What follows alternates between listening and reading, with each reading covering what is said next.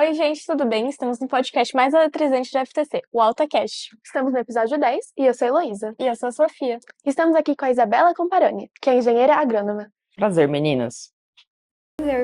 E agora, para começar mesmo, a gente quer saber um pouco sobre a sua carreira, suas formações e enfim. Legal. Bom, como vocês já me apresentaram, né? Meu nome é Isabela. Eu sou engenheira agrônoma formada pela Universidade de São Paulo. O campus da engenharia agronômica fica lá em Piracicaba. Então, por 5 anos eu morei nessa cidade, né? Para quem gosta de calor é ótimo. E aí, durante a graduação, então eu fiz vários estágios, fiz também iniciação científica, e depois que eu saí para o mercado de trabalho, comecei a atuar como analista de marketing. Hoje eu sou analista de marketing sênior numa empresa de fertilizantes. Fertilizante é adubo, para simplificar o que é aí. Mas acho que introdução, acho que é isso mesmo. Maravilha. E quando você era criança, você já queria fazer parte desse trabalho, fazer parte dessa área? Olha, eu sempre tive muita dificuldade de escolher o que eu queria fazer como carreira, mas durante a ensino médio, vocês estão em que série? É série que fala aqui ainda, né? Tá, Eu tô no 9º ano. E eu tô na 8ª. legal. Foi mais ou menos nessa época que eu fui para um colégio que eu me apaixonei por biologia. E o professor de biologia, ele era muito bom. E eu gostava também de química, dessa parte mais, né, das reações, o que ia acontecer e tudo mais. E eu não sabia como encaixar química, biologia junto numa escolha de carreira, né, de universidade. E aí, pesquisando por vez, acabei encontrando então a engenharia agronômica, que eu vi que eu poderia trabalhar com essa parte de biológicas, mais essa parte, né, de química ali. Eu não sou boa em exatas, não é todo mundo que faz engenharia que é bom em exatas. Mas, e também não precisa ser bom, tá, gente? Você vai passar um perrenguinho ali na graduação, mas assim, é super tranquilo da gente se formar. Mas, então eu acabei descobrindo essa questão de conseguir conciliar a biologia junto com a parte química, e aí eu trouxe para a parte da engenharia agronômica, né?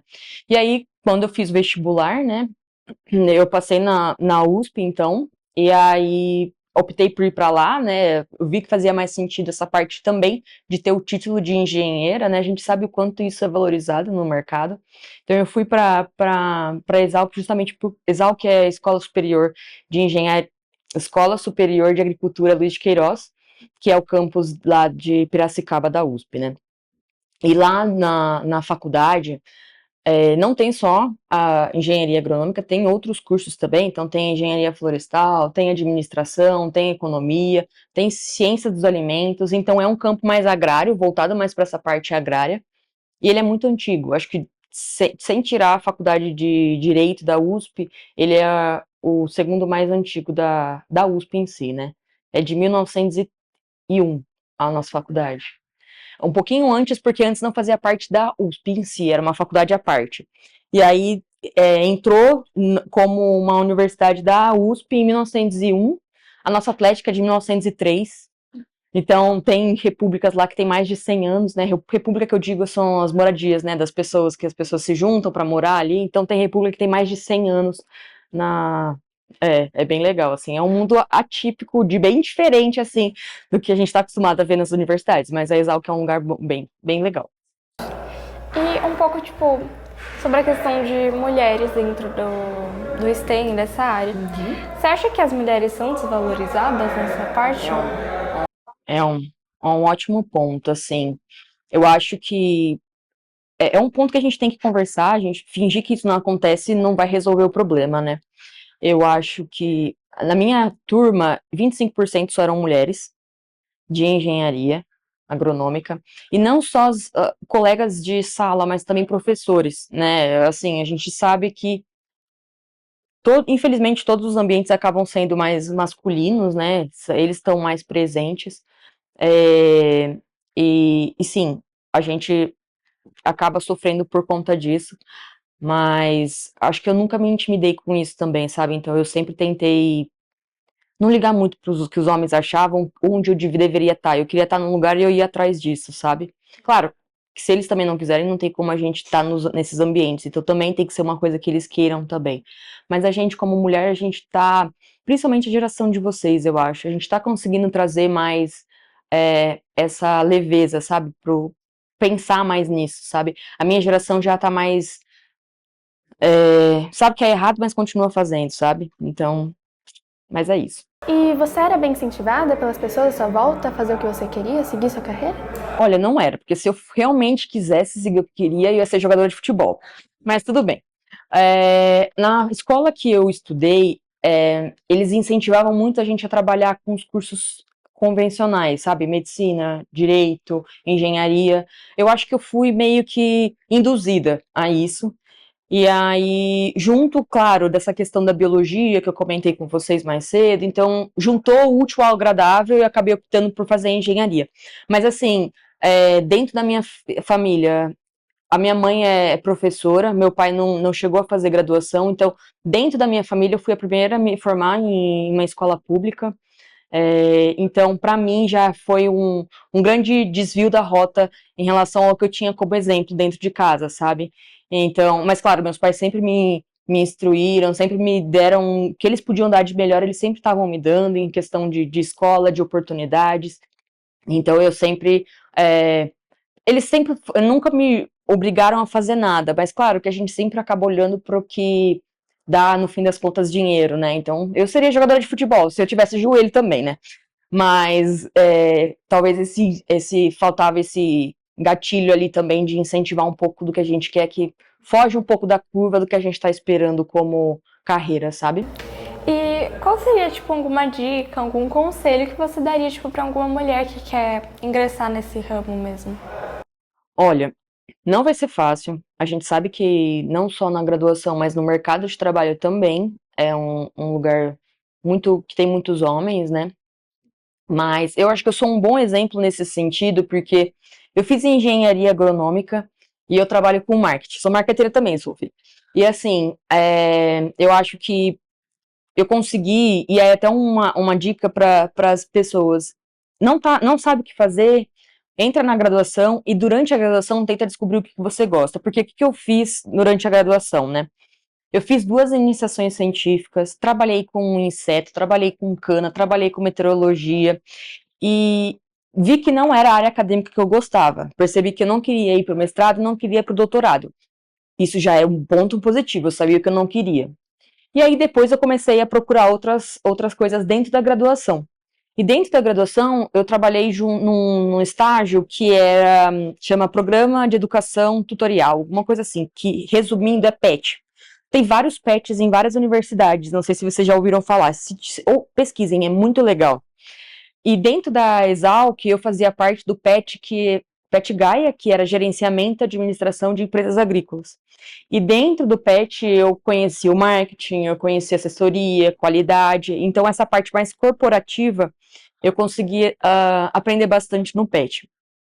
Consequentemente, eu descobri o que eu gostava, que era do marketing, né? Essa questão de comunicar, de linkar as coisas, de conseguir trazer um cenário para as pessoas, né? Isso realmente foi o que ganhou, né? Tanto que quando eu saí no mercado de trabalho, eu tive a oportunidade de trabalhar como analista de marketing numa empresa de fertilizante. E hoje eu não estou mais lá, estou em uma concorrente, mas continuo no setor. Então, faz 6 anos que eu trabalho como analista de marketing e a graduação me ajudou, a engenharia em si sempre traz para a gente essa questão da gente conseguir ter uma visão de solucionar problema, né? Então, espera-se que o engenheiro saiba solucionar o problema. A agronomia me trouxe uma visão de qual era o que eu deveria falar para o meu cliente, o que eu deveria falar para as pessoas sobre agronomia, como encantar as pessoas, que é muito o que o marketing faz. E, no fim das contas, o marketing trazia para mim essa questão da comunicação. Então, como a gente vai conseguir trazer as informações necessárias para que a pessoa consiga entender a nossa mensagem, né? E aí, acabei juntando tudo de uma vez, tive a oportunidade no mercado de trabalho de me encontrar. E até hoje estou nesse ramo, né? Então, hoje sou analista sênior de marketing em uma empresa de fertilizante, né? Como eu comentei com vocês, fertilizante basicamente é adubo, então é a que a gente dá vitamina para as plantas, né? Então a gente tem que ir lá, assim como a gente vai no nutricionista, que a gente precisa tomar umas vitaminas ali que os exames não estão muito bons, né? Vitamina D, vitamina C, enfim. As plantas também precisam, né? Então a gente o adubo justamente vem para suprir essa necessidade para as plantas crescerem, darem produtividade para o produtor conseguir ali um bom retorno financeiro. Então a gente quer saber um pouco, tipo, de alguma experiência que realmente te mostrou que era isso que você queria fazer na sua vida, né? Um momento que te esclareceu. Olha, eu vou usar um exemplo do mercado de trabalho, que é o que está mais próximo de mim, e eu vou usar um exemplo do marketing, porque é onde eu me encontro hoje em dia, né? Principalmente em relação à minha carreira, né? Há um tempo atrás eu dava treinamento para clientes e a gente tinha que levar o nosso portfólio, nossos produtos, para mostrar para ele por que era melhor, o que ia fazer de diferente lá na lavoura dele, né? E aí eu tava dando treinamento pro João e, e eu tava falando, João, você tem que comprar esse produto. O produto que você usa não é tão bom assim. Esse daqui é bem melhor por conta disso, disso, disso. E ele me falou assim, Isa, eu não preciso desse produto, porque eu tenho tempo. Eu falei, o que ele tá falando, né? E aí ele falou, eu tenho tempo que antes eu não tinha. Eu não quero abrir mão desse tempo. Por quê? Usando esse produto que ele já estava usando, o filho dele não precisava ajudar ele na hora de aplicar o produto.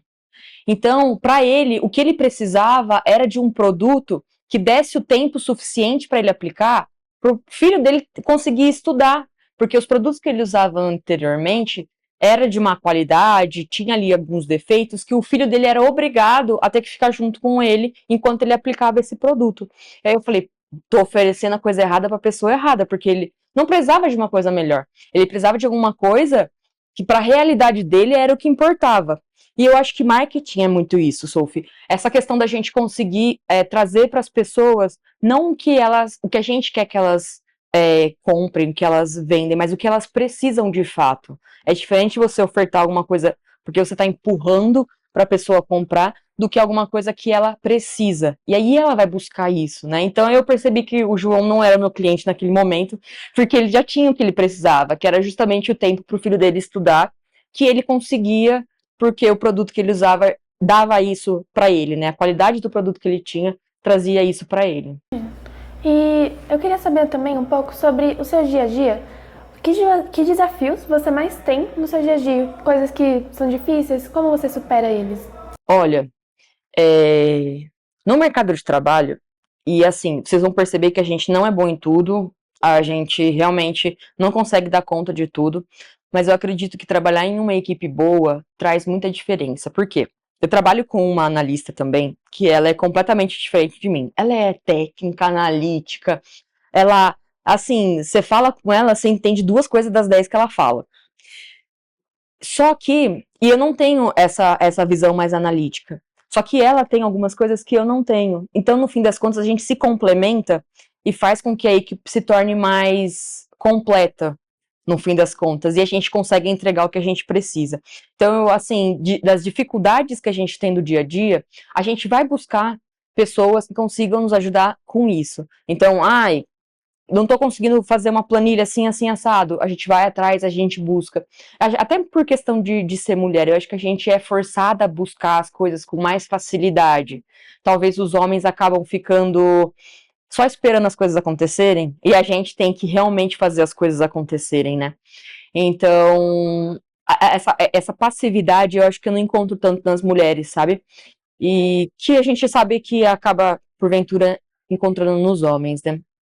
Não é em todos, tá, também, mas enfim. E agora eu quero saber um pouco, tipo, qual foi a sua maior conquista, tipo, dentro da sua carreira? Acho que talvez quando eu fui. Quando a gente entra no mercado de trabalho, a gente segue algumas categorias, né? Então você entra como júnior, passa para pleno, sênior. E eu entrei no mercado de trabalho como júnior, como todo mundo entra. Passei por um período de pleno e hoje eu sou sênior, então o que me traz uma. Eu gosto dessa questão da senioridade no mercado de trabalho, porque a gente acaba virando referência dentro do time. Então as pessoas nos buscam para tirar informação, para tirar dúvidas. Então a gente vira ali um ponto na equipe de confiança, sabe? O checkpoint do videogame ali.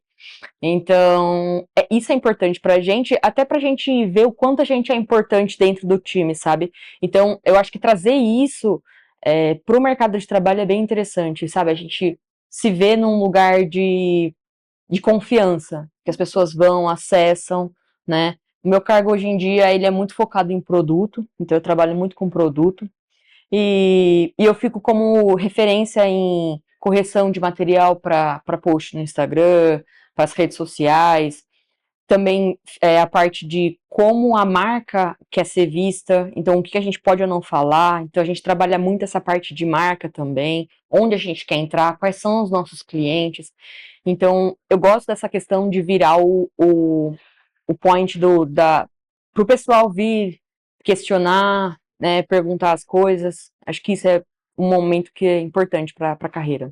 Eu queria entender um pouco se você sente no seu dia a dia, na sociedade, se tem uma desigualdade social por conta do sexismo, por conta do machismo. Olha, tem, né? A gente sabe que a gente consegue ver nitidamente, né? Na minha graduação, 25% só eram mulheres. Mas a gente consegue. Uma coisa que a gente sente muito, principalmente no mercado de trabalho, na graduação, talvez nem tanto porque a gente não está pensando muito nessas questões, mas é que a mulher tem que se provar o tempo todo que a gente é boa, que a gente consegue entregar.